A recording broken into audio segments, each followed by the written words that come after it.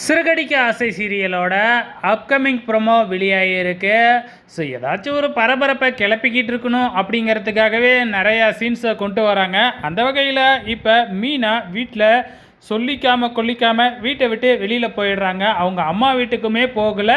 So இங்கே முத்து வந்து பார்த்திங்கன்னா எல்லா வீட்லேயுமே எல்லா இடத்துலையுமே தேடுறாங்க. அவங்க அம்மா வீட்டுக்கும் ஃபோன் பண்ணி கேட்குறாங்க. இங்கே மீனா வரவே இல்லை அப்படிங்கிற மாதிரி சொல்கிறாங்க.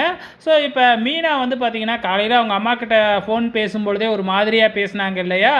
ஸோ இதை தெரிஞ்சுக்கிட்ட சத்யா வந்து பார்த்திங்கன்னா சும்மா இருப்பாப்லையா, இந்த சிட்டி வேறையா வேணும்னே ஏற்றி விட்டு நீ போய் போலீஸ் ஸ்டேஷனில் உங்கள் மாமா பேரில் கம்ப்ளைண்ட் கொடுத்துரு, அதுக்கப்புறம் போலீஸ் பார்த்துக்குவாங்க, கண்டுபிடிச்சிருவாங்க அப்படின்னு ஏற்றி விடுறாரு.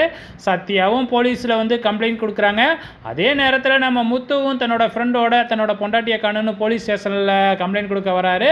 இந்த ஆள் தான் என் அக்காவை ஏதாச்சும் பண்ணியிருப்பாப்புல அப்படின்னு சத்யா அங்கே சொல்லுவோம்.